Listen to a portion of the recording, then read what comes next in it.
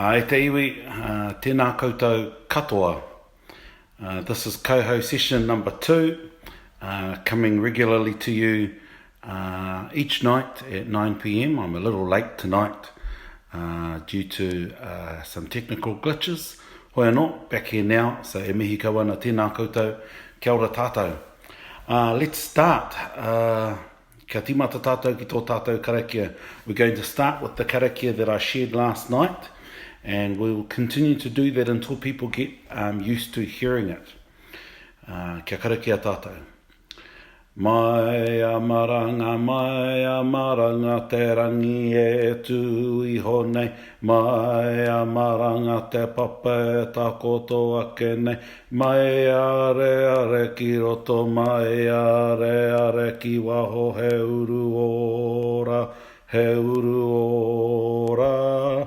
Tīna toka te manawa ora ki te whakatipua, manawa ora ki te whakatahito, homa e te mauri ora.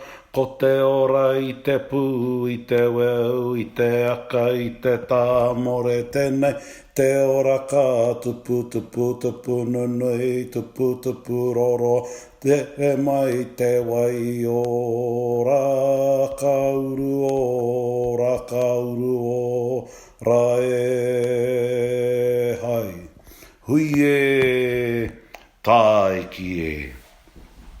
So, a recap on what we discussed last night, and that this karakia has been composed to invoke life and wellness during challenging times, and specifically for this time, as we're in lockdown as a nation and as the world is going through the challenges of COVID-19, as well as all of the other challenges that we face as a world and as humanity.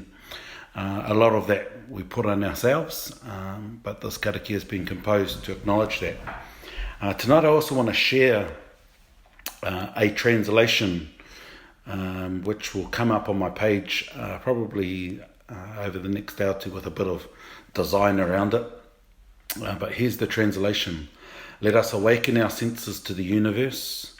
Let us awaken our senses on earth, being aware of internal and external matters, invoking the pinnacle of life. Let us affirm life itself, life from divinity, a life of legacy, invoking the essence of life, life nurtured, life growing well and abundantly, to ensure vitality of life, and we live our best lives. Let us unite in conscious thought. So the phrase, let us unite in conscious thought, is the way I like to translate hui e tai ki e. Hui e tai ki e, for me, as I understand it, means hui, to join together, or in this case, bring all the words together consciously, tai ki e, and affirm them. And we do this consciously to ensure that everything we've said can then help us grow and help us go forward.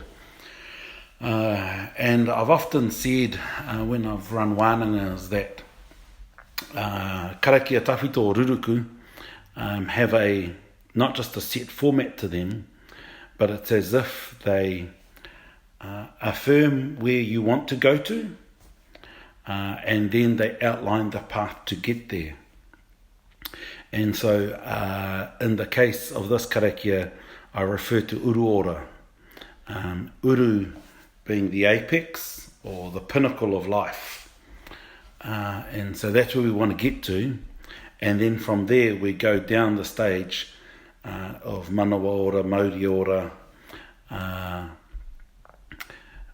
to wai ora, to ensure that we've achieved uru ora. And we do that so that we can live well, so that we live our best lives. And in living our best lives, we then become good ancestors. Good ancestors so that we can pass on good teachings. And as we pass on good teachings, we can then also help humanity and help our relations, our tuakana, the animals, the trees, the birds, and the bees. So I composed this karakia knowing that we're going through these challenging times, and to call on ora. To call on ora and invoke ora, so that it's not just for the sick and it's not just for us as people, but ora exists when everything through the universe exists in harmony with each other. Or ora is balanced when everything is in harmony. Because when everything's in harmony, then we get to be able to stop and listen. And a classic example of stopping and listening is tonight after dinner. We've got a bit of a backyard at our house, and so after dinner we were able to have a game of volleyball, and it smelt outside, and I said to my family, that smell was here last month. The smell was here last month, and then a day or two later we had a big rain, and which broke our drought here in the Waikato. And I smelt it again tonight, and my wife was asking, "What's that smell?" And I says, "That's the peat in the land here, crying out as Papa Tuanuku to the rest of the taiao for help, because the land is still extremely dry, and that's why you still see the cracks in the earth, because what would normally happen, we're into the second month of Ngāhuru, we're already now in Painga Whawha, and already we should have had a decent amount of rain, and we've had a good pour down a month ago, and then it stopped, and then we had one last week, and this one we had the thunder as well, which is a sign that tells the tuna to start to heke. And so smelling the smell this evening is another example of the pressure that Papa Tuanuku is going through, let alone the pressure we're going through as humanity. And you'll see at the moment quite a lot of people impressed with the fact that we've been forced to stop as humanity, and with us stopping, that limits our pollution on Papa, so she's been given a well-deserved rest. And there's a few other key geographical features around our country and around the ao that also need to have a rest, and perhaps as we navigate the next few weeks, and it might be longer, who knows, it will be a chance for us to also allow those wāhi tapu, wāhi tūpuna, e rā tongi katoa, to also have a rest. And when we look at this karakia, Maia Maranga, in our tribal area we generally say Maia rather than Maia. It's more commonly heard, you'll hear people go Maia, Maia, whereas we generally say Maia.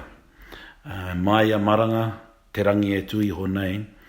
Let us awaken ourselves, awaken our senses. Let us be alert, kia Maia tātou, maranga ke tātou, to then arise and observe. Rise and observe the universe, rise and observe Mother Earth. And then also listen intently to what she's saying, as well as listening to our internal stuff to calm the noise, the cacophony of modernity, that's the noise in our heads, all those questions, all those conversations, internalizing a complicated situation, all of those internal noises. It's saying let's listen intently to calm the noise, internally as well as externally, so that we can then strive for ora. And as we strive for ora, we don't just ask for ora for ourselves, we don't just invoke ora within ourselves, we then also send that out to the universe, to share with the universe, to help Papa and Rangi also heal, as we also call for healing for ourselves. So Kati, that's just enough to share, I think, for tonight. I'm going to run around about 10 minutes each night or for at least the next couple of weeks until we run out of kōrero. And if you've got questions, it'd be really good to put some questions up, because then I can start to guide the conversation to those questions. And then might have a longer session once a week. So Kati, that's enough for now. Good to see a few people online. And my closing thought for tonight is, two things. Firstly, learn the karakia. I've done it in the generic chant, which I said last night people might confuse as a waiata, but it is a form of karakia, done in the female energy. And some of you might be asking, then what's the male version? The male version is what you normally hear as a karakia. For example, Maia maranga tarangi e tu iho nei, Maia maranga te papa takoto ake nei, Maia re are ki rota, Maia re are ki wau, Euroora, and it carries on. Whereas the version I've used is the version that we use when we do something collectively, as I said last night, similarly to how most of the karakia are done for the pai marire and other tikanga, other maramatanga. So Kati, that's enough. Have a good night, have a good rest, and let's have a break from all of the cacophony of modernity, which includes this tanga here. Tēnā koutou, rire hau, pai marire.